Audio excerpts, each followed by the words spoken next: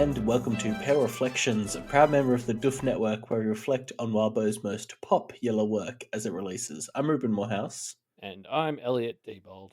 And we are here to talk about some more chapters of this here Dawn online book. But before we get to it, a quick reminder, well, kind of. The fan art contest is just closed, which means voting is about to open. If you're listening to this right as it comes out, chill out for a bit, just wait for like a day or two, and then the voting will be opened. But yeah, the voting for the fan art contest will be open in a few days, and you can cast your votes, and you can vote for which piece of fan art you like the most if you're a patron. Yes, so that's the way to get an early look at them, and put Yeah. down which one you think's the best. Yeah. Should we get into the show, Elliot? False Moves 12.9. Well, hold on. Before we do, I just did have another announcement because, assuming my math is correct, I just wanted to say that this episode marks the point where Pale Reflections has gone on for longer than Deep Impact. What? Which also means that Pale has now officially gone longer than Pact did because both shows went on the same schedule. It was already longer in terms of words. Yes, but so yeah, we're it's talking gone number of longer days. in terms of time it spans. Yes. Yes, Pale is already like 1.5 times the length in words, but it has now also been written over a longer period of time. Or I think that maybe gets a little bit fuzzy because Wildbow did like the sample chapters for Pact, but so I'm going off like True. published dates Yeah. here. The first actual, date. Yeah, when Pact first went up as like the story Wildbow was going to do. Yeah. Yep. Well, anyway, at the very least, Pale Reflections is now older than Deep Impact in terms of runtime. Happy birthday? No. Is there a thing? I don't know if there's I don't think there's a holiday for that. Get on it, presidents. Yep. All right. Well, let's get on with the show. So we're talking about False Moves 12.9 and 12.10 here this week. Starting with 12.9, obviously. We're in Verona's head. Verona and the gang are hanging out in a record store. Zed indignantly fixes a record player while they chit-chat. Zed is such a fucking like IT student, like computer science engineering student. Like just the idea that he goes into this store, sees a broken record player and like nobody trying to fix it, and he's just legitimately outraged by this and has the tools on him to fix it. I definitely have a few friends of mine from like high school and college that I'm picturing who absolutely fit that bill. Like would have done the same thing. Yeah. It's pretty funny that Zed's response to this is, all right, I'll fix this for you. Fine. Yeah, he can't, like, you could tell he can't help it. Like, he can't stand the idea that it's broken and it's fixable and nobody's doing that. Yeah. Which is, like, actually a very admirable trait. And this is just one of the funniest ways that it can come out. Especially because he's right. It's a super simple fix. He just, like, cleans dust off the knob and, like, tightens a screw. It was, like, a 2-second job. Yeah, but it's the knowledge of how to, how to fix it, I suppose. Yeah, because nobody working in a record store should have that knowledge of how to tighten the screw of the arm and clear dust off the like it feels like it's such a basic thing for this store to have done, and it just like it really gets to what he starts to talk about next, which is just like he's kind of baffled that this guy could work in this store for so long and just not give a shit at all. Yeah, and I think that speaks to like Zed as a person is clearly very like clearly just gives a lot of a shit about the way that they spend their time and kind of can't comprehend people who wouldn't do that. Yeah, exactly. And like Verona brings up this great thing about like momentum, which is something I've definitely been thinking about a lot in my personal life. I guess in part coming out of like 2020 and realizing that like I had lost a lot of momentum in using my time well. So that sort of felt very on point to me with like Zed sort of being that kind of person who like does things, and it's like it's frustrating when you see these other people who just are not doing that. Yeah. Can we talk about this stakeout as well? Because they're staking out the witch hunters, basically just watching them. Why? Yeah, I mean, I get why in the sense of gathering information, but it really didn't feel like they were doing this in the best possible way. Like, No. and maybe it's just because we know it's going to go wrong it almost goes very wrong. But like they're pretty close to the witch hunters. They don't really have a way out if they get spotted, and they're not even paying that much attention. Like they have somebody keeping watch, but it's just like not, I don't know. It just didn't seem like it was a very good idea. Yeah, well, wait, because you mentioned that maybe it's just because we know how it's going to go, but I can assure you, my first time reading this, the whole time was sort of going here. I'm like, but like, why are they here? Because obviously, yeah, Yeah. you're right. They have Guillermo actually keeping watch, and so I was just sitting here going, so what are the rest of them here for? Like, if you want somebody spying on them, Guillermo's fine. He's probably better off on his own. Like, so what are the rest of them doing here? And yeah, now having read it twice, I still don't quite understand what their plan was because I was like, oh, maybe they want to try and talk to them. That doesn't really happen. Um, Mm. yeah, I don't know. Like, this to me feels like our lead into obviously Zed's going to start talking about like strategies and priorities as we get into this, and like this felt like the lead into that for me. It's like these guys are all just sitting here, you know, Not having chatting. any Yeah, strategy. and like this is part of why Zed's like, hey, so listen, while we're here, Why are why are we? we Why are we here? here? Why are we here? Yeah, exactly. Yeah. Um, I also really liked something I really liked in this was when Zed's talking about Nina, the librarian animus, Yeah. and mentions what life is like as a librarian animus. Basically, their life is here's the quote. For a librarian animus, life is defined by the search for books, visits to bookstores, meeting people in a moment, and giving them that one perfect book.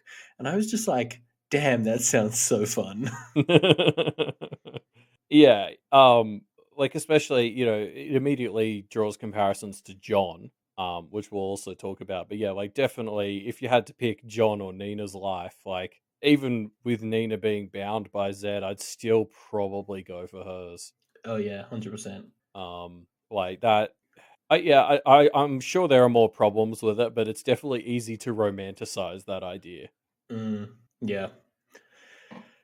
Yeah, it sounds fun. Sounds like a real fantasy life. Yeah. I'm sure it's not. This is the other verse. Yeah, There's true. there's some catch we haven't thought of. Yeah. I and then yeah, like so Lucy brings up like, "Oh, I wonder how that works for John." And I thought that was like actually a really interesting question because you'd almost think like as the animus of a soldier, you'd expect him to be all about violence and like looking for fights and like Mm, her equivalent of giving someone that perfect book, like John's would be giving them that perfect bullet sort of thing. mm. Um, but that's not him at all. In fact, he kind of has, by and large, gone out of his way to avoid violence. Yeah, I think it's very interesting that the part of a soldier he seems to identify with the most is the desire to get home. Like that's just such a unique take on the concept of what is important about a soldier. And Yeah, maybe I mean, I don't know, like in films, we see that a lot. Like that's yeah. always the driving motivation for the soldier type, right? But yeah, I don't know. I think you're right. He's so interesting in that way. Well, yeah, because like he will fight without hesitation to protect, like a Kenneteer or something. Like he's not one to like run away from a fight, but it's just you hear about Nina, the librarian like Animus, and she's going out looking for books. She's looking for people to give books. John is not looking for violence. He will get violent if it's going to help him solve a problem, but he's not like Mm. running around looking for fights. He's retreated to the middle of like fucking nowhere and is trying to play Pokemon on his Game Boy and like sing bad songs. Um, Yeah. and yeah, well, you're right. It's such a great like interesting angle because as an animus of a soldier, in a way, it's like John is kind of a commentary on the ideas of soldiers at large. Like, so it's super interesting to see this like exploration of the take of a soldier who isn't like about the fight, but like will fight if necessary, but Mm. doesn't want that to keep happening. Yeah. Yeah. Because you see Yeah. that a lot in stories, like that's a thing that comes up in like a lot of stories. It's the sort of thing of like oh, if you keep starting fights or fighting for things, that just creates more violence. Mm. And I think John is an interesting angle of exploring that in that he's like he's trying to escape a cycle of violence, but he's not sure how to do that. Mm. Yeah. What a character. I mean, there's a reason he's one of my favorite characters in this. He's Yeah. just so interesting. Um, so yeah, Jessica comes inside, and Zed, Verona, and Jessica keep talking about the practice, technomancy, and just kind of general planning for a while. Yeah, and we get this like mini lecture on technomancy at large, which was like very fun. I mean, I love again just to comment on Zed as a character. He's such like he's that kind of teacher where you can really feel how super enthusiastic and like passionate they are about this topic because they keep going off topic because they want to bring in everything they can. Like I Mm. definitely had a few university professors again that jumped to mind as like someone who was like, "I you really love this subject, but like, please, can we talk about what we're meant to be learning today?"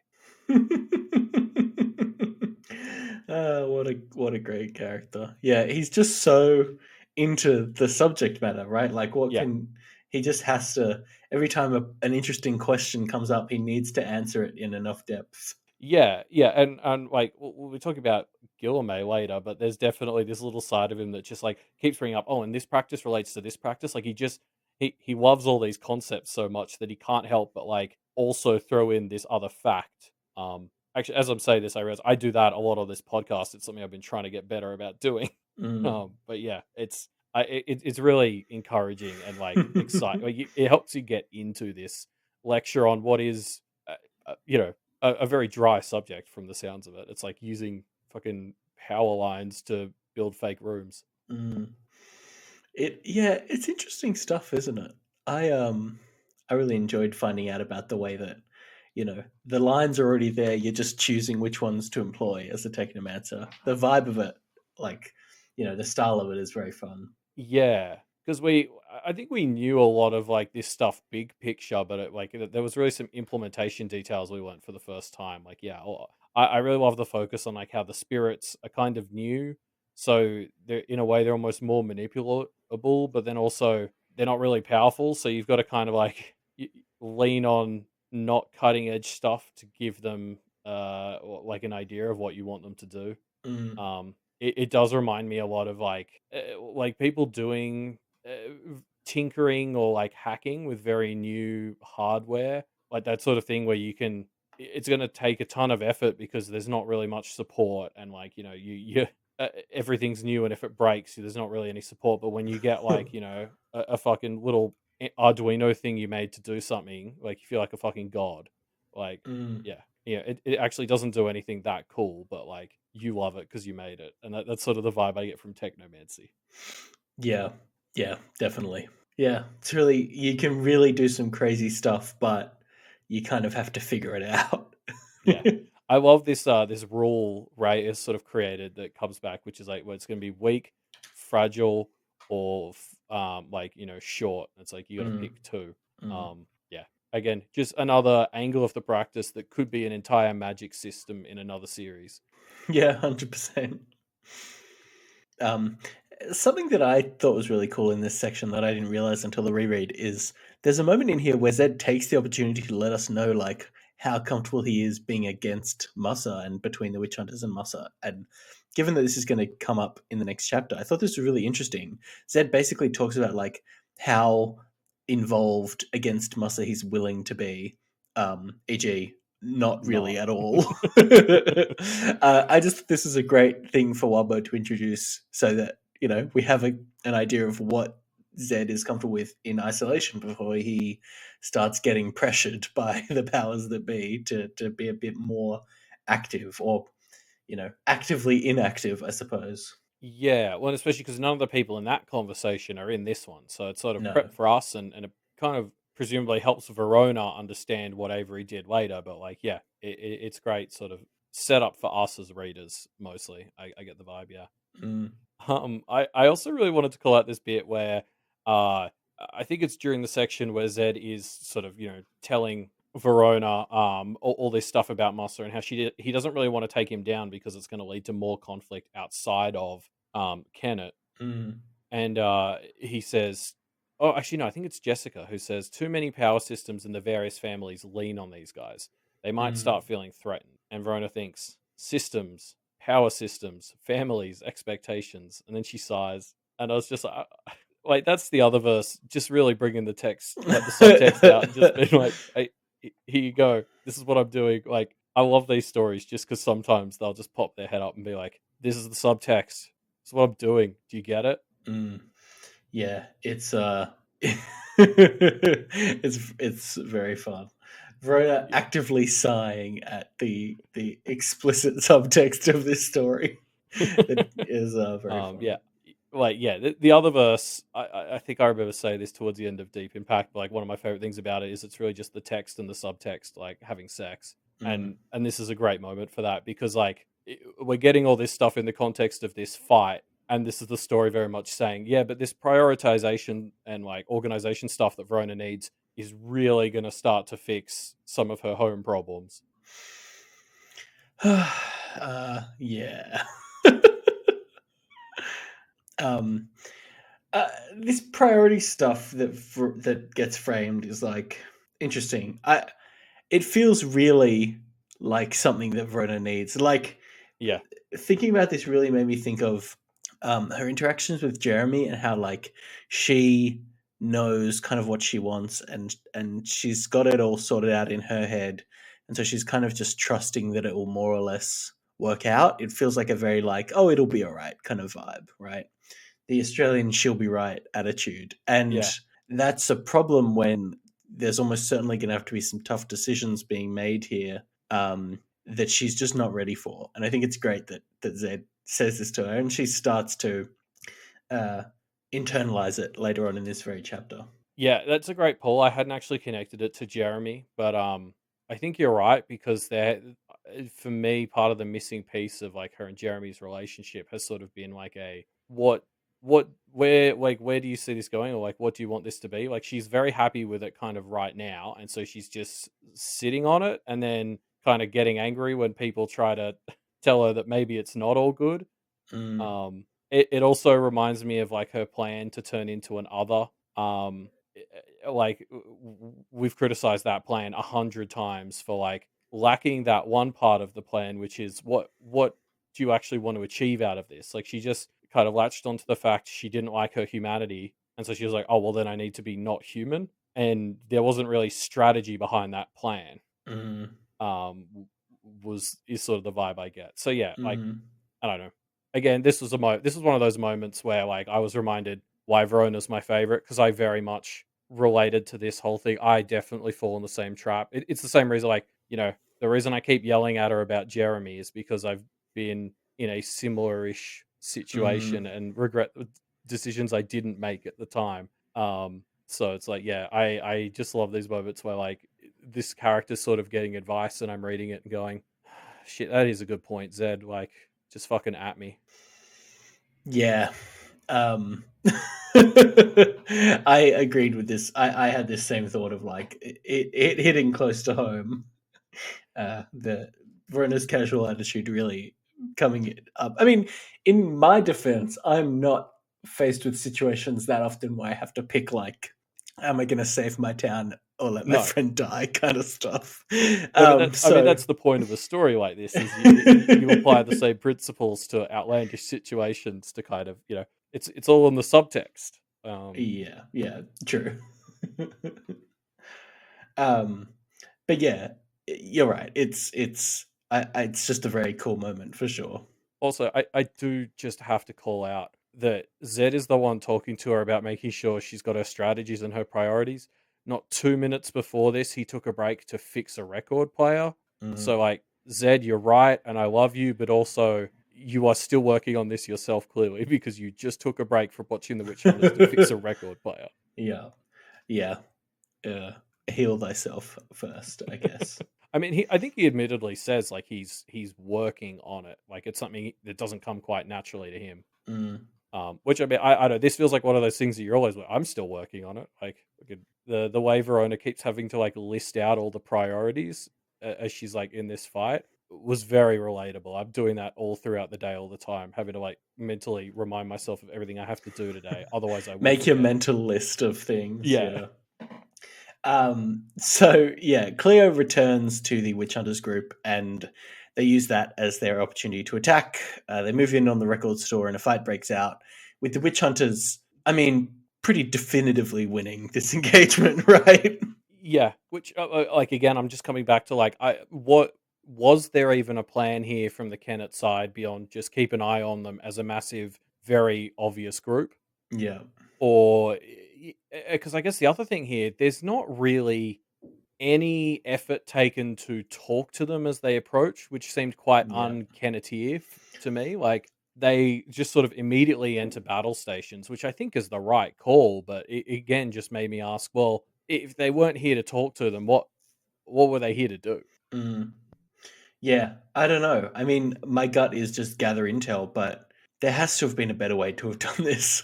Yeah, yeah, yeah, exactly. Yeah. Um, there's this bit where, as things go to shit, Verona's stuck in the store, and obviously she's gainsaid, right? So she Mm. doesn't have most of her usual tricks, and it's just terrifying. Like, I don't think Verona has some moments where she kind of pauses for a moment, but I don't feel like she ever really fully processes how close to being murdered she gets here. Yeah, there's one part where she's thinking on her options, and she thinks, no, no, no, calling John with the dog tags is for emergencies. And I was like, Yeah, there's a woman standing over you with a chainsaw. with a chainsaw. Yeah, What the and fuck you do you don't have call your this? powers. Like, Yeah. what are you talking about, Verona? You almost get murdered here. Oh, she also thinks, oh, I shouldn't use the dog tags because Lucy might need him, which is a better argument. Um, Mm. but like she kind of ends the thought on John is for emergencies, and I read that and I was like, what do you call this then? Like, what are you on about? Yeah, And something else that comes up here is Harris, our super smell witch hunter, yeah, mentions a couple of times how Verona doesn't smell like as scared as she should. mm, Um, and it was a thread that jumped into my mind quite immediately because obviously, like Verona had just been chatting to Jessica, and we hadn't really seen these two interact since Jessica had made that comment right at the end of like arc 7. That was sort of like where she told Avery that Verona scared her a little bit with how she was handling the stress.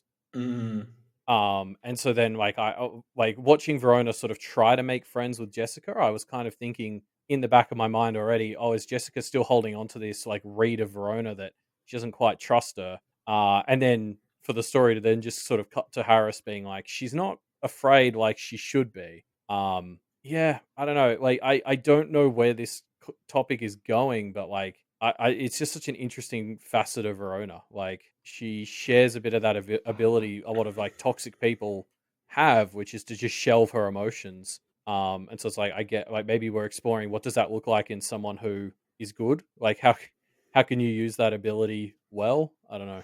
yeah. It's interesting that Harris smells that, and his thought is, and seemingly his and Elisa's thought is something along the lines of, she is augmented in a way that means that she doesn't feel emotions, and Verona doesn't seem to question this much, if at all, because this isn't. Unless I'm misunderstanding, this wasn't like a remnant of the alchemical mix that she ingested with the Marisica fight or anything. This was just her, right? Yeah, so that's interesting. Like now that you're saying that, I can see. Like, okay, so I read Elise and Harris's comments as just, oh, she's one of those psycho practitioners who can pack away her emotions, not Ah, like I see. she was using magic. But like now that you've said that, I'm kind of like, it could easily be either, both. I don't know. Yeah, Like, yeah. um, eh, but yeah, I kind of just read it as them just thinking, yeah, she's like one of those, Alexander types who can just shovel away her emotion. Obviously, we've seen that, Verona doesn't have a perfect track record of being able to do that, obviously, but Mm, I don't know, this sort of very subtle thread that keeps popping up every now and then in the story is like uh, Verona handles these emotions in her own way, and how some people are concerned by that or whatever, and I'm just interested to see what it ends up looking like. mm. Yeah, yeah. Um, hey, so also, there's a bit here where Guillermet is just watching as Verona is getting attacked. Um, it's the specific line is Guillermet was standing back there watching without intervening. And Guillermet gets into a fight with Harris in a bit, but right now he's just standing there. And it feels to me like he's doing his mentor thing, like letting Verona struggle in the pursuit of learning whatever lesson. Um, and again, Verona comes very close to death here, and so now it makes me feel like Guillerme's fall to winter. He's going to keep playing out this pattern and just let people keep fighting their own battles in air quotes. But I think it's going to happen that he's going to think somebody is in a position to learn something, and actually they're going to get seriously injured. Yeah, his judgment calls on this stuff do seem to be getting worse. We'll obviously Yeah. talk about that a lot, but yeah, I feel like the best case scenario read on this is he was waiting for the perfect time to strike, Mm. which leans into the same problems you were just talking about his ability to judge that anymore. But yeah, there's also the chance that, additionally, because he is a fairy, there's always more than one thing going on. He did want her to get as much experience on her own as she could. That said, thank God he was here because he distracts Harris throughout this, which is very Yes. valuable, and also Almost sounds certainly like saves Verona's life. yeah, and it sounds like the coolest fucking fight happening in the background too. Like we keep getting cuts to like old man Guillerme fucking going toe to toe with this experienced witch hunter. It's very fun. Mm, yeah, it is fun. Yeah, it's good stuff. Oh, and then the whole thing that we're looking forward to with these witch hunter showdowns is a bit of the old conflicting ideologies. And Verona gets a few seeds of that in here against Elise, which is nice. The Yeah. quote that I put out is Elise saying, "I'm having a harder and harder time telling myself that maybe you're one of the ones we can suffer to live." And Verona's response is, "If you say that kind of stuff, you're automatically the bad guy," which is great. I think that's very fun. Yeah, I like sowing the seeds of doubt in the minds of the witch hunters is definitely good, and I'm just eager eager to see how it goes. Yeah, although the witch hunters are making it clear that it's going to be a bit harder than it has been in the past. Like I feel like some villains in this story, it's sort of been one well timed, well said, speech by Kenneteers kind of turned them. With lead up before that or whatever, but like with the witch Hmm. hunters, at least very quickly establishes everyone tries to tell us like why what they're doing is okay and justify themselves, Yes. and like we just don't listen. Is sort of she doesn't say that, but she says that. Yeah. Yeah. I think it's a fair point by Elise. Like, of course, every single monster they've killed has tried to justify itself. Yeah, I mean So that's what this story has been like. yeah, Shoving exactly. down our throats is yeah. Everyone sort of has their motivation. Yeah. And I mean that's the thing. Like if you think about it, like if say the witch hunters put down their weapons and you're like, okay, just tell us what you're doing, what's going on, and we'll hear you out. What's your plan? Like the Kennet Tears and the Kennet others will sort of have to be like, okay, so what we want to do is let this almighty violence power keep stewing here for a week or so. Then hopefully the nice monsters will beat the bad monsters that are probably going to come back, and we can put someone in this super powerful position over I the don't whole think they would area. say that. What they would say is, we're trying to solve a murder, and people keep getting in the way of that. I guess my point is that I don't necessarily think that transparency is on Kenneth's side when it comes to the witch hunters. I feel like the more the Mm, witch hunters learn about the situation, the more the witch hunters are not going to give up. yeah, Like fair with enough. some stuff, like I'm not saying they won't be convinced. Like there could be a way forward that like where they get the right pieces of information, the right order, and come to an understanding, like Elisa's mum sort of did. But Mm, there's definitely a lot of facts that are very core to this Carmine conspiracy that are going to make the witch hunters go, "No, we're not going to let you do that."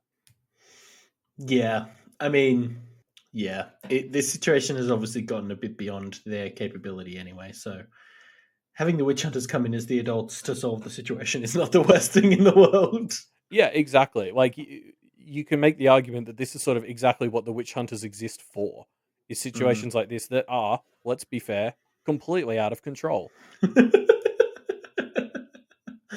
Yeah. Uh, and like, yeah, I don't know. There's a lot to this like Elise debate stuff that was very fun. Like, Elise brings up this great point that the worst things aren't actually the super scary others. It's the well, she basically says the Mosses and the Alexanders and the Bristows. Like, it's the people who have this power and are using it poorly that are the problem, and that makes sense coming from Elise because we learned about her dad last week. Mm, But what I love about that is like that is 100% Kennett's position too, mm. and like this is just like the best kind of conflict in a story like this is that like really these guys are on the same side. Like they're both trying to stop the same sort of people. They just Yes. have both kind of put each other in the way in the meantime. Like, and this is Yeah. why we keep like we want them to be on the same team because we know that at the end of the day they kind of stand for the same stuff. They're just because of like the witch hunters past trauma and some other stuff. They're not. It's going to take a lot to get them on that same page where they will realize that. Yeah. Um, yeah. And I think that comes up a little bit when Verona mentions, like, oh, hey, Musa might be the kind of practitioner that you are referring to by this kind of thing. Yeah, But yeah, that beat can be hit a lot harder. yeah, and especially because the witch hunters, they know that Fairy are on Team Kennett. Like they're not going to let them try to use tricky words to get out of it. Like I think the witch hunters are responding fairly to the team that has Fairy on it, which is just shoot first, ask questions later. Yeah. Like we just saw the Kenneteers essentially try to do that to Marisica, so it seems unfair to like come down on the witch hunters for not giving them a chance when they just sort of did the same thing themselves. Yeah, for sure. Um, I did just want to say as well, something I really like about this section is so there's obviously like mirrors between the two fights going on here. Like obviously we have like Guillerme, the old other fighting the old witch hunter, and then Mm, Elise, with the shit dad kind of maps to Verona, and they're both like using their own magically enhanced items. mm, But I feel like the reason Verona gets out of this and the reason she kind of comes out on top isn't directly because of the magical item she had on her, the keyboard, but it's the fact that when the gremlins come out of it, she has that moment with the one with the screws in its mouth where she's like, "Hey, like you can be better," and it's sort of like whereas Elisa's response to the gremlins that attack her is she just fights back. Verona has one attacking her, and she's like, "Hey, you can be better. Go drop some mad tunes." And like that to me is what actually gives her the edge, and I just really like that like what kind of wins this for Verona is she is the one who doesn't just go for violence. mm. Yeah. Yeah. Yeah, you're right. It's a good marker of a differentiation between her and like Elise, right? Is her survival in this scene is tied to her connections, not her weapon of sorts. Yeah, well, Elise has taken what her dad did to her and turned it into like a lot of violence. Like I'm gonna be interested to see more of these comparisons between Elise and Verona because Elise is someone who's also been labeled as like when she enters fight mode, the softer part of her falls away. Like that kind of sounds like Verona too. Um, Mm, so I feel like there's going to be more to explore, like comparing and contrasting these two, and I can't wait because yeah, this is a great little first foray, which is Verona accepts help, and that's why she gets out. mm, yeah. Also, this scene is more evidence that we need the visual version of Pale because I need to see like Guillerme and Harris doing this like epic fucking fight scene in a record store while this little gremlin wearing earwax headphones is playing like distorted children's songs. Like Mhm. think about how Yeah, good it's a the good scene musical setting, isn't it? yeah, think about how good the musical settings are in like Umbrella Academy. This is gonna be like way better than that. Oh, yeah. The soundtrack to the Pale, TV show adaptation is going to be delightful for this scene for sure. So yeah. Um, One other thing to note is, yeah, we mentioned this bit of Elise saying, "I'm having a harder and harder time telling myself that maybe you're one of the ones we can suffer to live." As she comes in swinging with a chainsaw, which is just interesting to stop and think, like, wait, Elise, how do you? Is this what you do when you decide someone deserves to live? You come in with a chainsaw, like it just kind of seems crazy. Yeah, yeah. Again, I'm coming back to the whole like there was no discussion before this. Everyone came in swinging, and there's almost it's very shoot first, ask questions later, or in Elisa's case, like ring ding ding ding first, and then ask questions. I guess it's like that thing, if all you've got is a hammer, everything's a nail. Like if your thing is impractical weapons, then everything is an impractical fight. Mm, yeah, fair enough. She's the if the tool she has is a chainsaw, you're right that she's got to come in using her chainsaw at least somewhat. Yeah, like, I can't blame her too much because she's coming to fight, like, practitioners and others. I it's sort of like a self-defense thing in a way, Mm, perhaps, like, a first strike sort of defense, but, yeah, I can't blame her for going into the confrontation ready to, defend herself at the very least. yeah. Um, so yeah, Verona and Guillerme get out of this situation, and the Kenneteers chat more to Guillerme. He admits to sending in Wrath, but doesn't really seem to be able to give any good explanations. And obviously, the Kenneteers think his fall to winter has already progressed to the point where he is just going to be basically endlessly plotting for no real reason, no purpose that he can explain. Yeah, like, there's definitely a almost a bit of a, like, sundowning vibe to Guillerme here, like, he's been wearing the guise of an old man this whole chapter, which again, sometimes the You're other right. verse That's isn't yeah, subtle. that's very good. There's this great moment where like obviously it's played for comedy a bit, where how he keeps sort of like they keep being like, okay, summarize it. And he's like, yep, sure. 615 years ago in the fall court. Um, Yeah. and there's this great bit where he brings up where him and some of his drunk mates were like wooing women from another court. And Mm. Verona asks, like, oh, are these allegories for Marissa? And Gilman's like, no, they're not an allegory for anything in particular here. And like Lucy just makes this frustrated sound. Yeah, I mean, And like he must. There's like a small shadow of a doubt that he is still just Guillaume at the start of this scene, but that when he says that, you're just like Guillaume. God, how yeah. can you not see this? Like, yeah. Yeah, and I think uh, like this is a chapter that talks a lot about Verona's ability to prioritize and stuff, and I'm like, oh, this is why this is in this chapter because Guillaume is almost showing us what happens when you lose that ability. I feel like what we're seeing here is somebody who's very good, very clever, very experienced, but even after all that, as he's approaching the end of his life, I feel like what he's lost right here is that ability to prioritize. And that's why Mm. we keep having these conversations with him. They're going nowhere, and everyone has to cut him off because he just ends up talking about bullshit that doesn't matter. Um, and it's such like a cool little thread that like as Verona is starting to think about, oh, maybe I need to do this. We kind of see Guillerme as this example of how even if you have everything else going for you, if you can't do this prioritization, you're kind of useless. Yeah, like if he just doesn't, yeah, he just can't seem to comprehend that he's just kind of running in circles, and yeah, it's tragic. Yeah, yeah. It's super sad, and I'm dreading seeing where he ends up at the end of the story because I just don't see it being good at this point. Mm, And yeah, it sucks, yeah, especially because if you think back to like the start of the story, he was very good and capable. Like if yeah, anything, if there isn't a sort of turning point, I think it would be when Daniel took that note from him and cut out one of his like two remaining stories. So he when he halved them. But I like this idea that almost like for Fairy, everything's very long term, big scales with them. So if this was like a gradual change to winter, I feel like that would be something Fairy would understand better. Whereas if he's actually deteriorating quite quickly, these are the people who miss the trees for the forest. Like Yorme may mm, not be appreciating his deterioration because it's happening quickly, and he's fucking thousands of years old. He's not used to, for want of a better term, biological changes that happen quickly. yeah. You're right. It's too fast for him to be able to see it. Yeah, which is like because I think for humans it's almost the opposite. Like for us, like you're more likely to notice something like this when it's a bit sudden. Whereas if you sort of gradually start to develop dementia or whatever, it can take you till you're further along to notice. Mm. Yeah, yeah. Um, the most tragic part of this to me is when Verona compares Guillaume to her dad.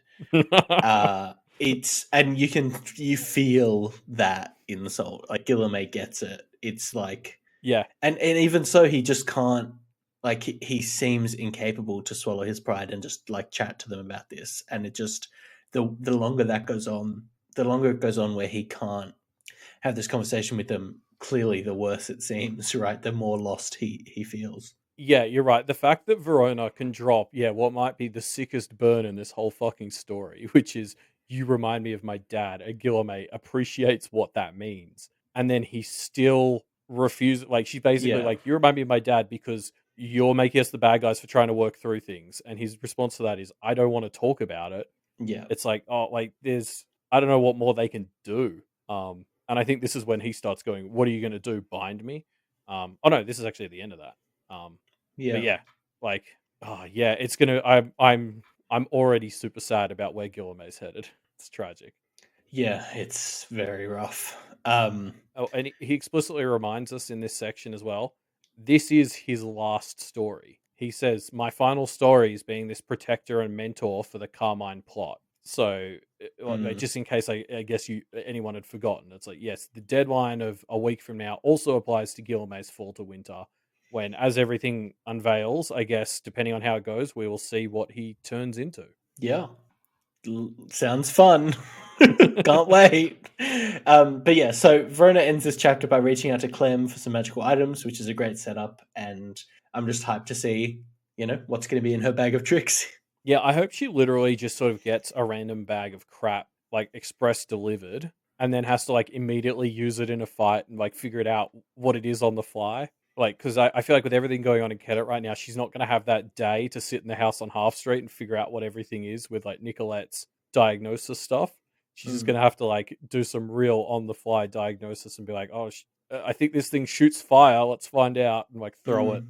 see what See happens, what like happens. Yep. I'm kinda hoping she just gets a random bundle of crap that we find out what it does on the fly. That'd be so fun. Mm, yeah. But we'll have to wait and see because unfortunately that's the end of 12.9. So for 12.10, we're in Avery's head. Avery is going over her notes, putting reasons to each of the new Kennet others and trying to figure out what they each are here for. Yeah, and, obviously, this has been a thread that's come up a number of times in the last few weeks, like, Yeah. since like, Rook dropped it on us about an arc ago, and then since then, it's like every few chapters, we've been reminded this is something we should think about, and then here it's like, yeah, the first, like, quarter of the chapter almost is dedicated to Avery pondering it, which is suggesting to me that we may not have to wait too long for Marcy to show up and start playing on this, because, like, this felt like a big refresher, like, almost Wildbird just sort of saying, "Hey, remember, this is everyone that you need to be thinking about." Mm, yeah. Um, I guess it's interesting for us to be reminded of this and kind of think about it as well. We still don't have solid answers for a few people. Rook is one, I think. There's a possible explanation there, but it doesn't feel super satisfying to me. Liz also feels a little bit not fully understood. And then there's Ken, who is basically completely unknown why he's here.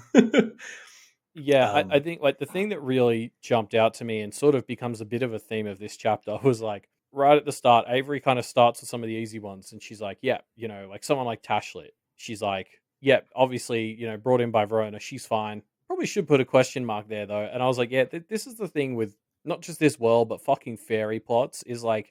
I wouldn't even be comfortable putting down a 100% check next to Sig's name, which is insane because he's a cigarette that's like in jail. And yet I'm still, part of me's like, oh fuck, Marissa could have a plan with him. I don't know. mm, Um, so there's almost a part of me that just wants to uh, say that Avery's going about this all the wrong way. Like, trying to figure out what the plan is futile because Marissa might have a dozen for each one. Like, you're not going to outplan a fairy with this tricky shit. It just you got to cut the Gordian knot. I almost feel like with this, don't like just try and become their friends so it can't work, or I don't know, sort out contingencies to fully shut each of them down, which feels terrible to say, but they've done it before. I mm, don't know.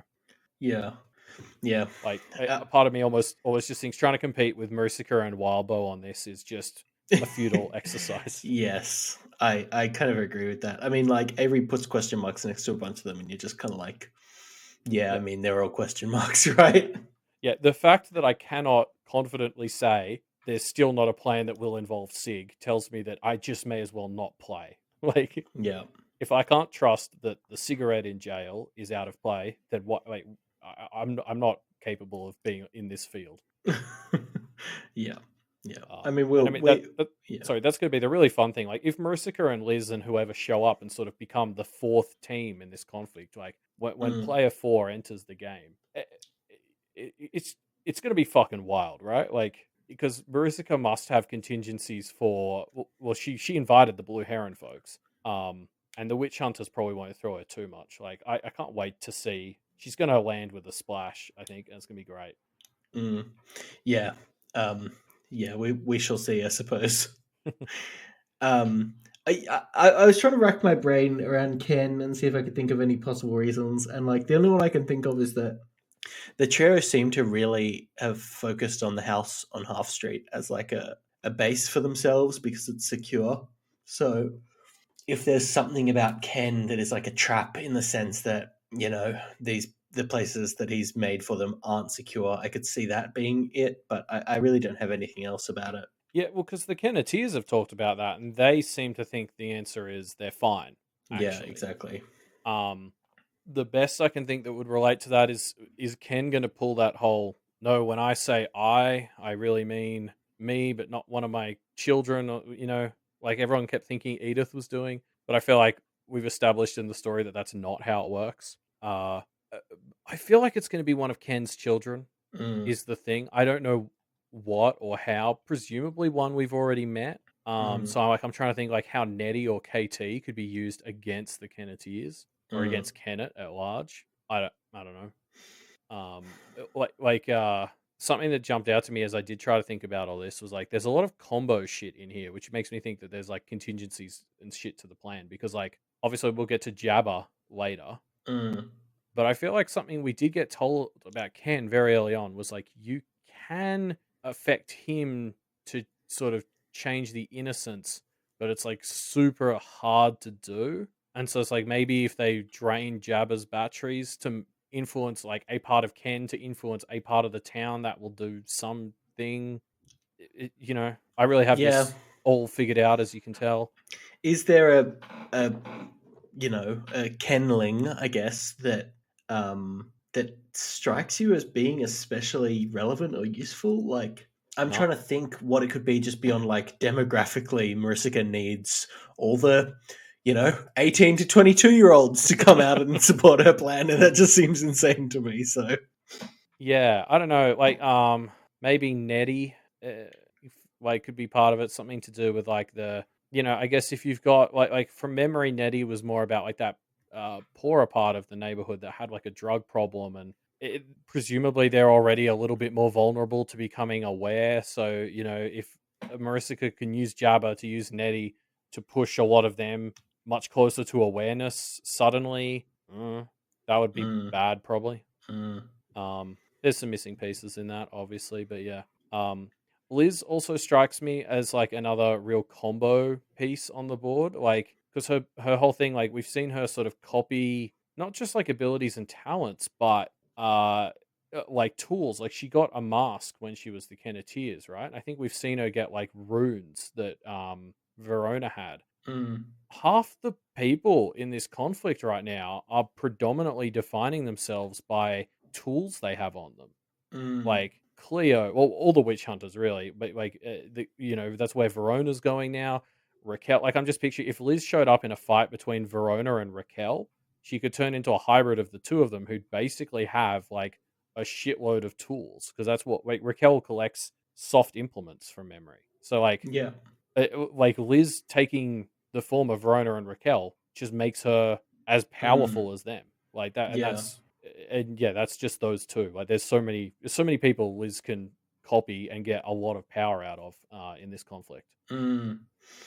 Yeah, yeah, you're right. I quite like that. But yeah, I don't know. I mean, I doubt that part of the plan was Liz being around for this specific situation with the witch hunters coming in. I mean, I don't know, maybe it is or Well, was. I mean, Marisica's essentially the one who called Massa in. So Mm. knowing that the Yeah, the family true. of implement wielders was coming, or would come. Mm. Yeah, I could see that. So last bit from this section. Eh, One thing Avery quickly does is like in her head as she's walking with them, she labels Zed, Bree, and Jess, like our Blue Heron trio, as like definite greens. And I love her little comment about if I can't trust these three, then like what's even the fucking point? which just rang very true to me. Uh, Mm.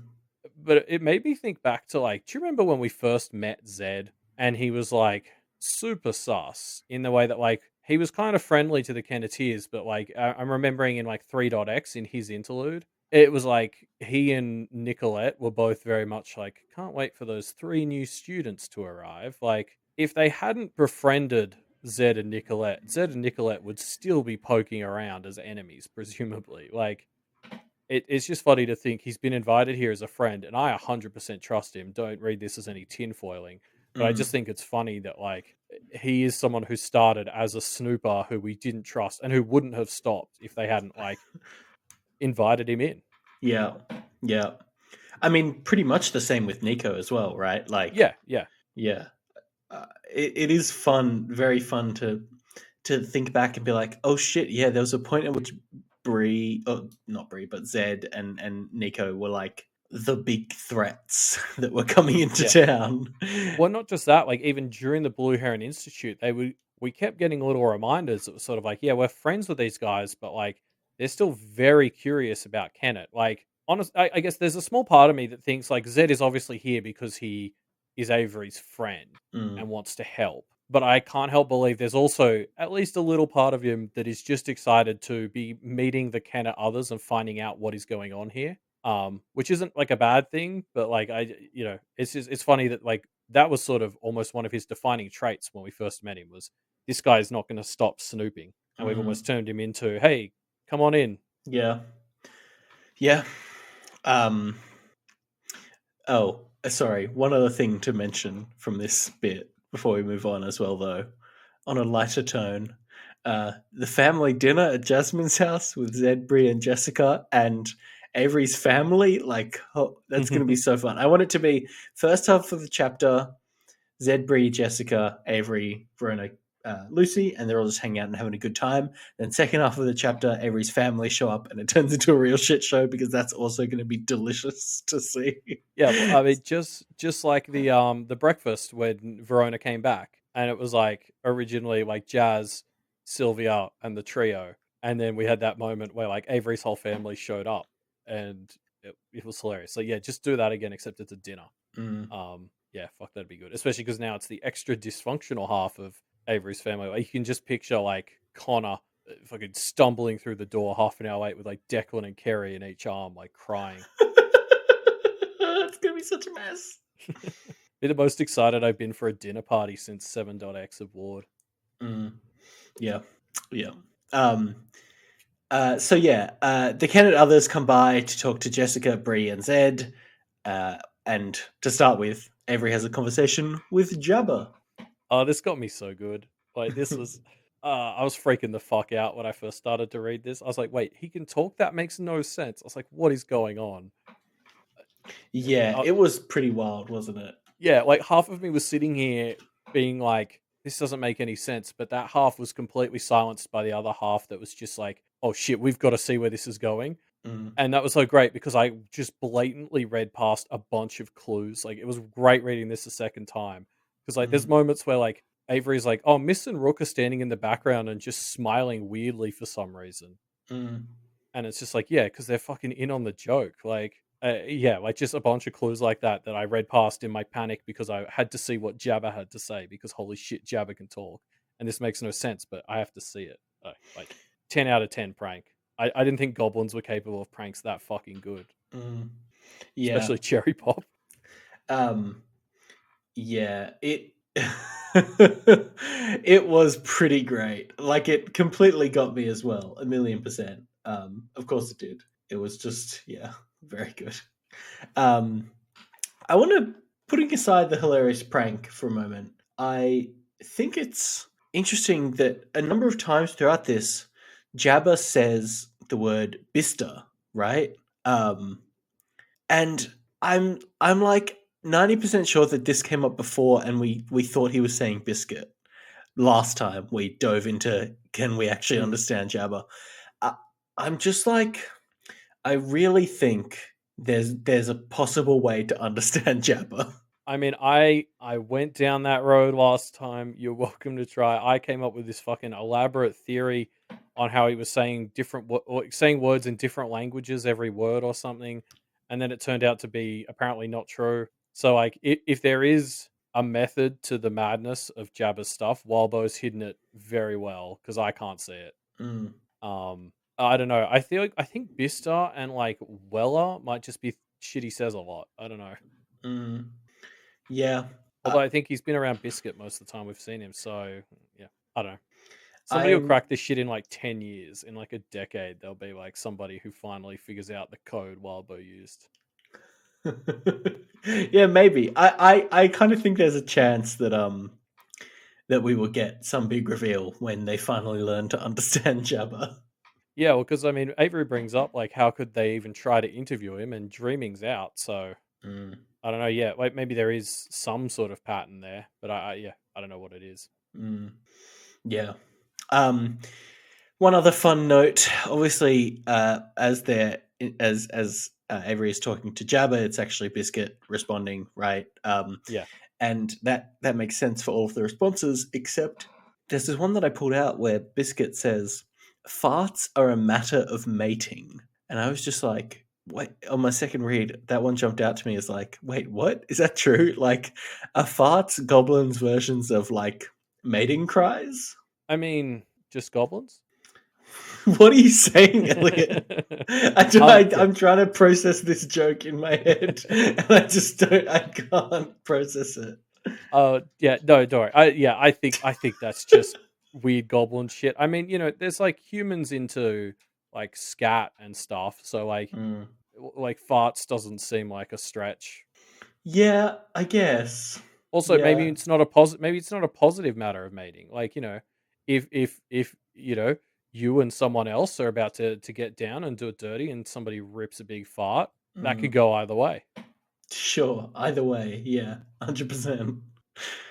Uh, Anywho, Yeah. so getting to the real chat between the practitioners and the Kennet others, Miss reveals that the reason they want to talk to them is basically to ask them to let Musa die if it comes to that. And Avery is fairly understandably annoyed that this is what they're asking. But yeah, I don't know. I'm undecided on this, I think. This is a very I had a lot of fun thinking about this. This is a great little like debate. Yeah, it is, isn't it? Like, obviously, it's a pretty horrible thing to have to ask them, but also, they do have to ask them this. Like, I'm pretty sure that Avery pushing back so hard against this is going to cause a problem by the end of this, series of chapters. Yeah, there's this great moment where I feel like Rook really summarizes the core issue of this debate here, where Avery sort of says to her, like, I saw what Alexander and Bristow did to like Lucy and Verona respectively. Mm, Do you want me to have to shoulder that for Musa? Like, are you asking me or Zed or Bree or Jessica to do that, shoulder that responsibility for killing Musa or being mm, responsible for his death? Because I don't think that's okay. And Rook responds, "It may not be okay, but it might be necessary. And if I can yeah, turn the question back on you, what does it say about you if you aren't willing to shoulder that responsibility and take someone toxic like him out of the picture?" And I yeah, was like, "Oh fuck, that is like I don't know what side I'm on." They both made very good points. I think yeah. Avery's right that that's unfair, but I think Rook's right that Like, it's life probably is unfair. necessary. You can't just play fair and expect things to all work out, right? What if Like, we play fair? Musa and Marissa are gonna win. Like, yeah. yeah, I ah. I loved reading this because I was flip flopping based on who spoke last, which is the best kind of debate. Mm, Um, oh yeah, like I think I remember Jessica brings up one point. I feel like I was 100% on the same page as Jessica.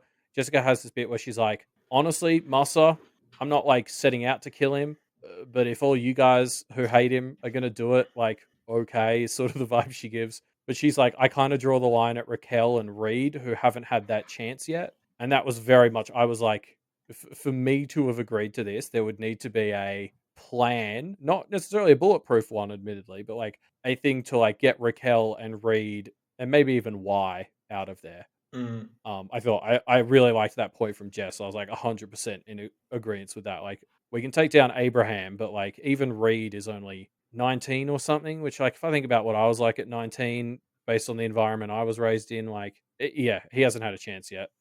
Yeah. But, the Kenneteers do acknowledge this and say, like, yeah, we want to get them out of here as much as possible, but we can't be held accountable if they refuse to back down, which, I Yeah, mean, is exactly the position that the Kenneteers took against, let's say, Bristow, right? yeah, Genuinely try their hardest to avoid what has to be done, but if he refuses, what can you do?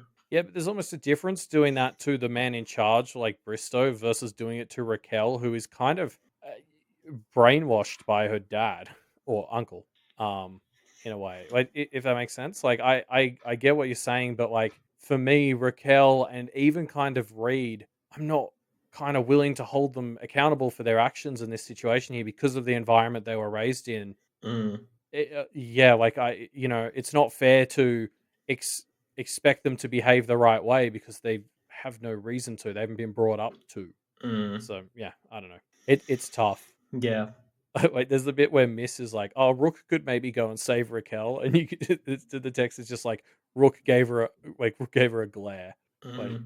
just the idea of being like, "Hey, Rook, would you go save this practitioner who collects implements?" Like, fuck, well, like, Miss must really trust their friendship. uh, yeah. Um, Um, Actually, so speaking of Raquel, Avery yeah. brings up this super interesting point, which I really liked to see discussed, which was everyone at this, well, the Kennet others are basically like 100% sure that like Musa is a problem and he needs to be killed. Mm, And Avery brings up the point that like Raquel is equally convinced of the opposite. And like we talked a bit about that when Raquel said that last week. But I really love how Avery ties this into one of the recurring threads of this chapter, which is the idea that in this world you should never be 100% about anything. mm, And I really like that she turns that here into this idea of like, we can't just write people off, like, especially Raquel, maybe even Massa. Like, if we aren't willing to at least understand why they believe what they believe, then like, what are we doing? And I just really love that insight of like, it's a sort of first step to like, I think really defeating. Like, if you just kill Massa, Reed will step into his place, like Y has kind of done. It's like you need to understand why the people like Reed and Raquel are doing what they're doing, and at least be able to see where their point of view is coming from to be able to actually fight them effectively in a way that matters. mm, mm. Yeah. I, I don't know. Like, I understand Avery's point, but you just kind of have to, like, yeah. I am all for extending people as many chances as possible, but Yeah. you have to draw the line somewhere, right? No, yeah, of course. Like, I'm not saying that. Like, I feel like Avery's real point here to me is not to like necessarily Mm, not do this, or maybe in Raquel's case it is, but like even for someone like Massa, I guess I feel like the point is when you make this decision like this, it should come with like the thought of like understanding who he is, why he's doing this, and why you think this is the only option. mm. Like you sort of need to understand them to be able to write off rehabilitation. And I Sure, feel sure. pretty comfortable doing that in Abraham's case, to be honest. Mm. Rehabilitation seems very unlikely.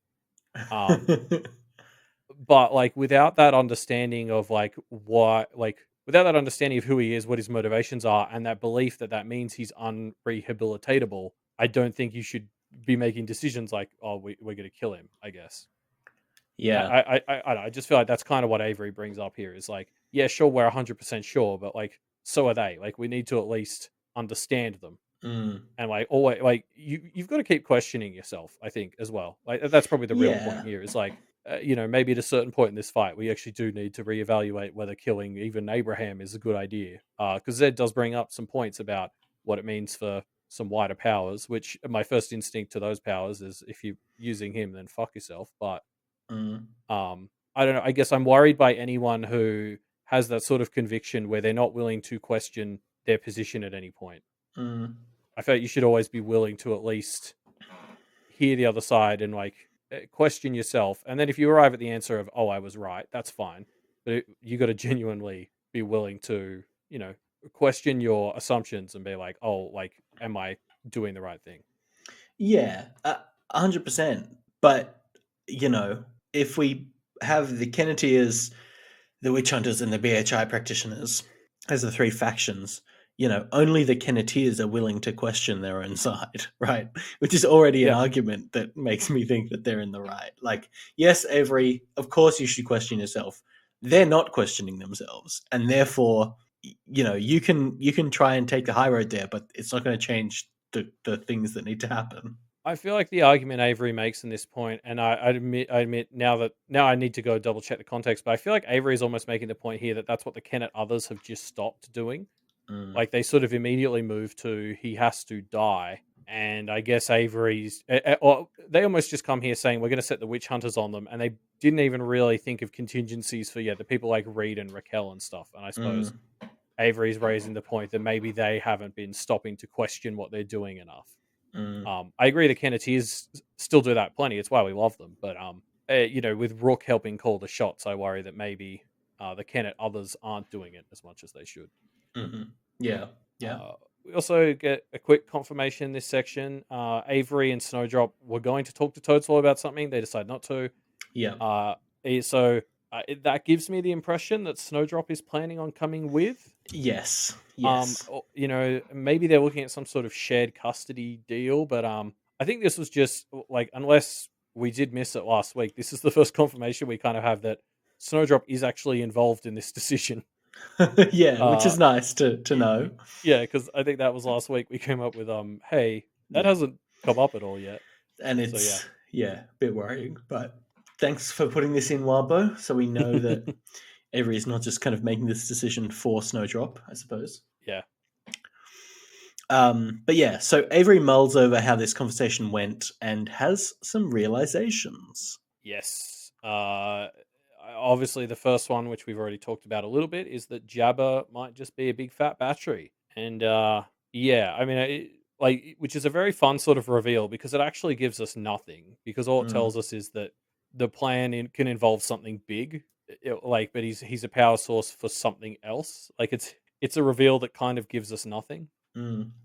Yeah, it gives us the thought of let's keep an eye on Jabba, but yeah, you're right. It doesn't actually answer any questions for us. No, I suppose it rules out worrying about Jabba and, tells us that there's the potential for it to be big, but like, who knows what Jabba could be powering. Mm, Yeah. yeah. Um, I'm very glad that Avery has had this realization explicitly that like her thoughts about a relationship in air quotes fixing her are unhealthy for her partner, for the relationship all round. It's just great. I loved it. Yeah, this is really the major realizations he has here. All that stuff that's going to save lives with the conspiracy is fine, but like, yeah, the big one is, as you said, finally seeing her process that, like, hey, this may not be healthy the way that I've built up like the need for a romantic relationship. Mm, Because she's sort of had that idea cross her mind recently and stuff, but this is the first time I think she really sits down and like mulls it over. mm, And it's yeah, it was definitely it was just like, oh fuck, thank God. And you're sort of starting to see her realize that what's happened is there was a point where she was alone and everyone kind of pulled away. And so she began to, like, so she was wanting, she was yearning for any kind of love. And by escaping into fantasies, she started to build a version that wasn't a realistic goal. And I mean, the fantastic thing about this story is that the great irony of that is the thing that pulled her out of her fantasy and made her realize that her relationships goals should be more realistic is the magic that lets her go to fantasy realms. yeah, it's good stuff.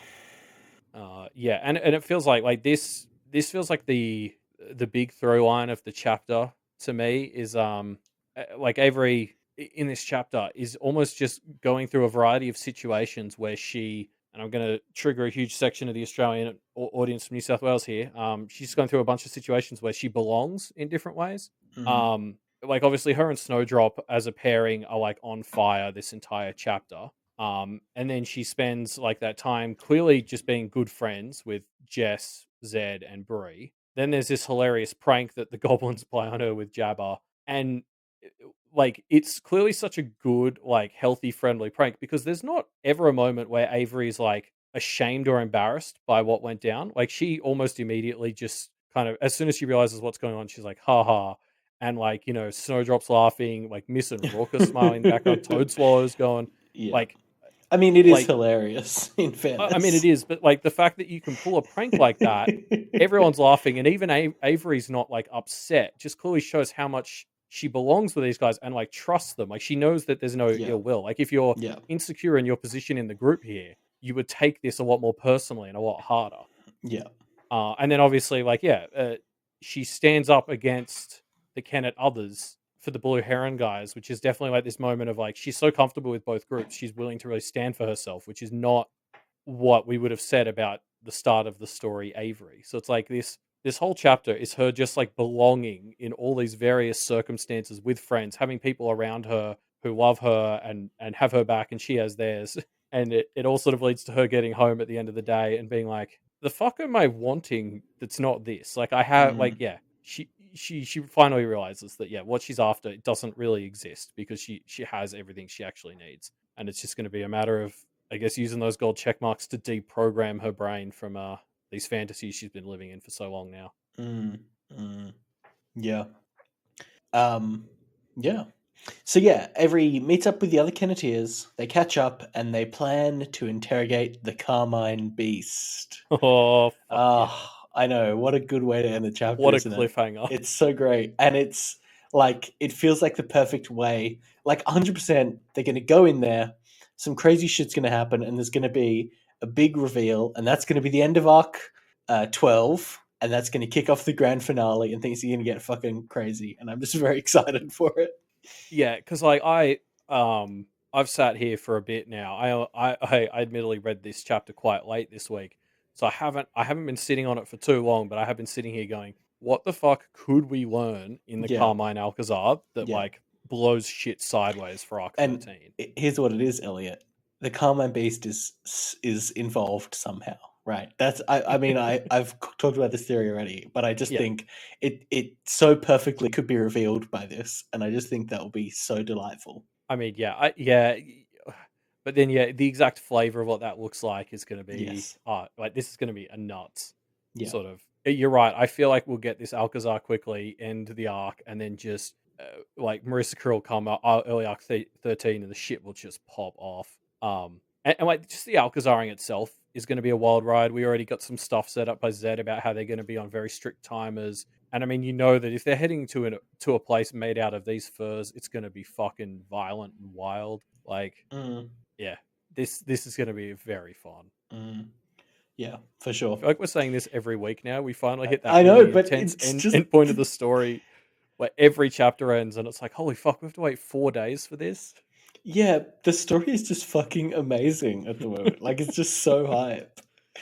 Yeah, yeah. As all the threads are starting to close, every single chapter's ending on a bit where I'm just like, oh, I can't believe I have to wait. Mm, yeah. Um, but yeah, that's the end of these chapters. But it's not the end of our episode, Elliot, because it's time to revisit some pale predictions. Yeah, and actually, sorry, I wanted to mention earlier, but I forgot when we were talking about all the Kennet others and all that. People should start. There's like no predictions. I think maybe there's like two or three on what Marisica's plans for some of these Kennet others are. So, Mm, like, if anybody has some big brain tinfoil, start submitting predictions on like how the new Kennet others are going to be used by Marisica because there's a lot of room to get points. Get credit for being the first person to pick stuff there. mm, It's a very unexplored territory in our sheet. mm. And we will be doing points and stuff during All Packed Up too. There may even be prizes. Yeah. Um, yeah. Yeah, okay. I suppose let's talk about this week's though. Yes, let's Um, do it. so first up we have I'll do mine from Lapsed Classicist, of course. Probably the most common name we've brought up in these episodes. Lapsed Classicist prediction is essentially Massa will kill Cleo. They then go on Mm, to sort of elaborate basically about how Cleo's MO is very similar to Mus's. Like they're both collecting trophies from defeated practitioners and sort of stealing their power. So there's a real sort of duology to them, and yeah, basically, they might naturally gravitate towards each other as enemies, and I guess basically. After seeing that similarity, Lap's Classicist has put their money on Musa rather than Cleo, which is probably fair. But also they do say that like Musa killing Cleo could be something that helps the Kenneteers get closer to the rest of the witch hunters Mm, if they're the ones not killing witch hunters. yeah. I mean, yeah, we'll see. But I love, like, I can't believe, I think we spent like a bunch of time last week talking about how Cleo's collecting shit was like sick and twisted and reminded us of a practitioner. I don't think we actually tied it Mm, directly to Mossa, and I can't believe we missed that. It's such a good pick. yeah, it is good. Like Cleo as the witch hunter foil for Musa, so those two coming to coming to blows soon enough. I think it's Yeah. great. I also have a Cleo related prediction, which I think is just because before I get into this, like narratively, Cleo is so interesting because she's so evil that like she feels like she's such an obstacle in the way of where we feel like the narrative should go, with the Kenneteers having a way to interact with the witch hunters and find some sort of common ground. So Yeah. clearly we and the audience as a whole want something to happen with Cleo that will kind of get her out of the way, or explain that. I think that's why the Cleo theories are flying a lot around a lot at the moment. Anyway, so Ghostly Bird, I've put out their prediction. They are saying the witch hunter not from the lighthouse, Cleo, is Liz, which I just think is a very fun prediction. I don't know if I believe it, but I do appreciate how batshit crazy it is. Like this outsider witch hunter, we know Liz has dealt with witch hunters before, so it would kind of make sense. Yeah, I just think it's very batshit, and I think that's fun. Yeah, I mean, obviously the tie between Liz and the witch hunters is going to be important when she makes her return. Yeah, Because like even Raf mentioned her. I love the idea she's impersonating one again. It almost feels too batshit crazy for it to be Cleo, yeah, but maybe that's exactly. why it's true. Yeah, I guess the reason that doesn't feel right to me though is because she's meant to pull from people in the area. mm. And Cleo does not feel even remotely similar to To the any of rest the of the witch others. hunters. I mean, Um, maybe Cleo is a mesh between like Musa and oh Elise or fuck, something, right? yes, yes. Oh Like, god, you're making me start to believe this. This is bad. I still don't really believe it, but I do like it. Yeah, no, I think I'm on the same page. I'm like, fuck, that feels good, but it can't. Like, it's too wild. Mm. Um, so yeah, great predictions. If you have a prediction you want to leave, you can find the link to our Pale Predictor form in the show notes down below. Yes, but we also have a discussion question to talk about this week because it's been 2 weeks since we first asked everyone how much does Charles have to atone for? What should Mm. his punishment look like? Yeah, an interesting question, and we got a few answers. Interesting answers. Although I do think a few people basically have most of our answers actually have come up with the thought of any punishment Charles deserves, he is already serving out, basically. Yeah, which I think I didn't expect anybody to argue against that point. I, Yeah, but I do think it's interesting. I've seen different levels of blame leveled at him for, yeah, like how much he has to atone for since he's been forsworn. And yeah, and I guess there's also obviously the hypothetical what should his punishment have looked like. mm, I really liked Vice Versailles' answer in part because it feels very similar to my own opinion, which is since he's been forsworn, or the exact quote that Vice Versailles had that I really liked was, since he's been forsworn, Charles is, in my opinion, agency exempt. He has none. mm, And like that is exactly the page I'm on. Like shit like the Hungry Choir, I essentially give him zero accountability for that. Like mm, there were parts of it that weren't great, like disturbing Gilda and all that. But I just think, given the circumstances, I find it I can't hold any of it against him. So Vice Versa is sort of on a very similar page to me, which is that post forswearing, Charles doesn't have anything to atone for, but they do mention that he had a pretty solid pattern of being a bit of a scumbag Mm, before he was forsworn. And it's like, so that, like, obviously the actual situation he was forsworn in, if that is true, is total bullshit. And he has nothing to atone for after that. But like, he definitely had stuff to answer for from his time, working with various undergrounds, mm. which I think is a very fair and valid point.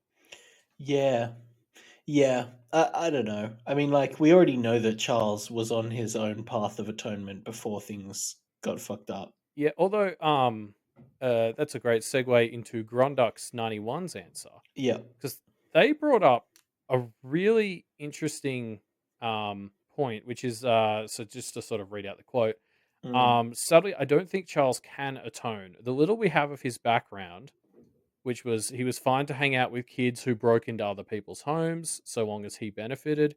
Then he was summoning things for bad people because he was on the sidelines and he benefited. Then he started hanging out with the Blue Heron crowd. And even what we saw of him in Kennet was that he kind of allowed Edith to. Well, I guess he knew that Edith had the potential to be a problem, is sort of the case that Grunduck's 91 is making here, which I think is arguable. mm, But essentially, what Grundax is saying is there is a clear pattern here of Charles being someone who, even when he's trying to do the right thing, that usually involves him taking a step back and just helping different, not very good people. mm, And so there's concerns about the fact of like what any sort of atonement for him can look like because he keeps making this mistake and like with a pattern that deeply entrenched, it's harder to write it off as like, oh, you're rehabilitated now. Like, yeah. I thought that was really interesting. I hadn't ever quite thought about his past like that in that way, but I that there's definitely a pattern there. yeah. Yeah. It's interesting. I don't know. I don't know if I put this much stock in it. Like, I do feel like, yes, the Hungry Choir kind of is emblematic of him slipping back into a problematic behavior, but he is. It felt to me like Grundux is saying, like, because he made this mistake, it undoes the fact that he was trying to improve. You know what I mean? Like, the path to becoming better is not always in one direction. You sometimes do backslide, right? And so therefore, when he slipped back into this problematic habit during, the lowest point of his life, I don't necessarily think that's that as much of a problem as Grunduck seems to think it is, I guess. Well, I think they're arguing all the stuff before he's forswearing, like Right. the stuff with Edith is like the stuff when we had the flashback in Edith's interlude, like where he sort of helped her and was like, "Oh, you're obsessed with Matthew," and she was like, "Yeah," and he was like, "Oh, okay," and didn't really do anything about it. I think is what Grundux is coming down on him Mm, for, which mm, I think is yeah, that's maybe the one that's arguable. But yeah, I do think at the very least this does raise a thing like which came up in a few answers. Obviously, if you're aiming for something rehabilitatory in this universe, something that is quite handy is that you can have oaths you can make people swear to. And so yeah, I guess like with someone like Charles, I guess this is more evidence that whatever he's trying to, if you unforesworn him and setting him free on the world, you're gonna have to put some restrictions or again some sort of probation person who checks in on him and makes sure he's not repeating his mistakes. mm, mm. Yeah, yeah. Yeah, I did like some of the things in Grundux's answer. I didn't come down as harsh on Charles as Grundux did, I think. Yeah, I thought it was interesting. This was an opinion I absolutely disagree with, but I very much think is valid. Yeah, yeah, Like, which like is a I great discussion question answer for sure. yeah, exactly. Like I was like, this is very different to how I feel about where Charles should end up, but like I see exactly what you mean. Um, Mm, like I guess Grundux gets the impression from the way Charles defends a lot of his stuff, including the fact that the Carmine Beasts twisted the Hungry Choir stuff against him. He's continuously not taking enough responsibility for his role in the bad stuff that happens. mm, And I think when we saw him in his dream, he seemed to be wearing certain parts of it very heavily on himself. But there probably is a valid argument that there are some things that he's helped do in the past that he isn't taking enough responsibility for. And like the Carmine, like I don't think it's fair, but I could see why people would think the Carmine. Oh, so not the Hungry Choir is one of them. Yeah. Yeah. So finally, we had a response from David L. Hunt. Um, David L. Hunt is talking about the design of what the Hungry Choir was originally going to be, this red heron inveiglement, which is still very funny. It was a very it was very kind of emotionally involved and personal to Charles, and he's possibly overselling how noble his goals were. And the punishment Yeah, that he probably needs is, some sworn oaths to guarantee him improving. Um, yeah. I think I really like David's answer with that one part. I hadn't quite thought of it that way, but like it's true that like Charles did sort of say, no, no, no, this was going to be fair because it was all like just targeting selfish practitioners. But then he did start talking about like, oh, and this part was going to lure in Bristow and this would lure in Ray. And it's like, mm, you're talking about your noble goals, but there's a huge section of this that is extremely personal to the people who didn't help you when Alexander did this. mm, Which yeah suggests that he's maybe at least in his own mind or just lying when he says it, like overselling how noble the whole thing was. mm. And I think that that's actually probably pretty spot on. Yeah. The quote that I really liked from David's answer was, uh, thinking about punishments. David said, that part is much more difficult. I'm of the opinion that forswearing is already in the nobody deserves that category, and Yeah, any form of punishment should be, by definition, something that makes his situation worse.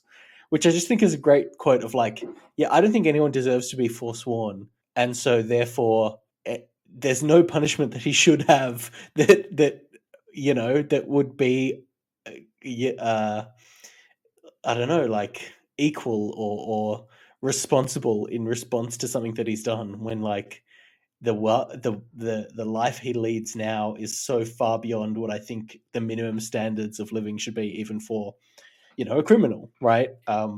yeah. So I want to I push don't know.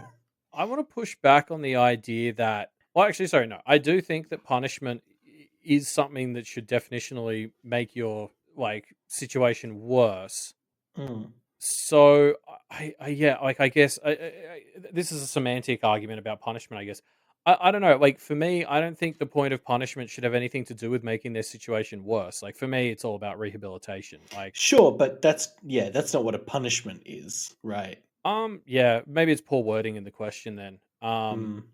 Because yeah, like I don't know. Like for me, you think about you see a lot of stuff about in some of those like Nordic countries how they got the really nice prisons because they're very Yeah, focused on rehabilitation. Like for me, it's like yeah, 100%. I agree with you about rehabilitative justice systems for sure. But talking about punishment explicitly, like, I don't know. yeah, I guess like when like I'm thinking more along the lines of like the other thing David mentioned, which is yeah those like oaths or whatever to try and guarantee that he improves. Like I would still Mm, consider that a punishment. mm, Maybe I'm using the word wrong, but like mm. I don't think that is necessarily making his life worse. But yeah, anyway, I don't know. I really liked David's idea of yeah. Like I feel like and some other people said it as well. But like using the fact that this world has oaths that people have to stick to is a good idea. Except also that means if they break them, then they end up forsworn, which kind of puts us back at square one. Yeah. Like if Charles has another fuck up, does he deserve to be forsworn? Or like the oaths only have power as long as being forsworn is the punishment. Mm, It's a bit of a catch-22 with that one. yeah. Yeah. Um, but yeah, thanks everyone who left us a discussion question response. Always enjoy reading them. Yes. Now, we always leave coming up with the discussion question till the last minute because, Then we get to well, we know need what's going to be most relevant to the chapters once we've been kind of doing our notes on them and stuff. no, we need to take Zed's advice and just prioritize better. Um. Anyway, yeah, and also we fight it quite hard. So anyway, we couldn't think of one last minute, so this fortnight we're just gonna do a mailbag. So Hey, we'll answer your questions instead because we couldn't think of one. Um, so yeah, I guess post those in the Reddit thread. You can email them to us. You know, if we see it, we'll answer it. I guess. yeah. So I think Reddit thread is probably the place that we'll check actively, but also email us if you want at mediumdpodcast@gmail.com. Yeah. Yeah, that's still our email. Okay, cool. um, or leave your questions in our discussion thread, which you will find linked in the show notes down below. Yep. Don't forget to, give us a review on your podcasting platform of use. Mm. Those, well, good reviews, hopefully, lead to, this podcast getting out there, which means Pale gets out there, which means more people read Pale. And at the end of the day, if you're still listening to this podcast, like 100 episodes in, you probably want that too. Yeah, definitely. Um, hey, why don't you check out the website, the Duff Media website, duffmedia.com. There's all kinds of great things on there. There's fun little games that you can play. There's secrets. Not this And there's again. links to all the other great shows. It's been a while since you pulled that blatant lie out for the outro.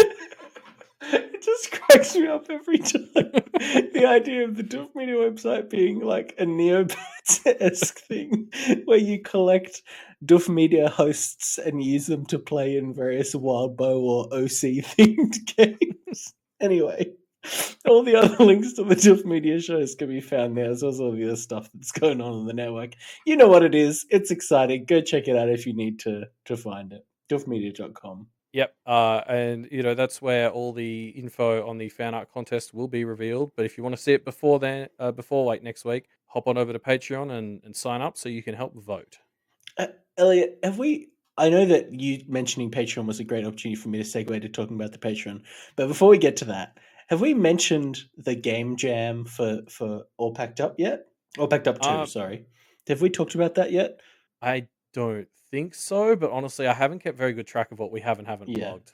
So one of the segments that we did for the first 24-hour live stream was a game jam, a packed-themed game jam. And we're planning on doing that again. We already kind of know what the game that we're going to create is, but we obviously... But this time it'll be a pale one. It's not going to be a pale. Well, yes, obviously. So what that means, Elliot, is if it goes well enough, we can put that game on the Duff Media website, and then finally that thing won't be a lie anymore. So that'll be fun. Maybe we can have like a choose your character, and we can have little 8-bit sprite art of, oh, do you want to be Elliot? Do you want to be Ruben? Do you want to be, I don't know, Scott or Alexandra or Jenny or whoever? I think that would be fun. Anyway, do you remember how the last game jam went? Yes. And yeah, it ran from, midnight until 4 a.m. or something. So it was a bit of a mess. If you want to become a patron, go to patreon.com/Duff Media. You get access to all kinds of cool things. My favorite of which is, of course, all the great bonus shows that you get at the $5 a month tier. $10 a month tier. Thanks, Elliot. Yeah, all kinds of absolutely wonderful bonus shows, including one that we do that is my favorite show to record. And I'm so excited for the next episode that we've got coming out. So become a patron and you get to check that out.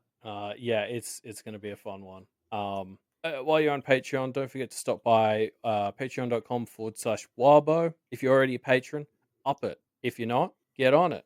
That way he keeps writing. We keep getting stories. If you don't want Pale to end, keep giving him money, and then maybe he'll just keep writing Pale forever. And stay tuned to the end of the show for the terms and conditions of that lie. Anyway, thanks, folks, for joining us, and we'll see you next time. See ya.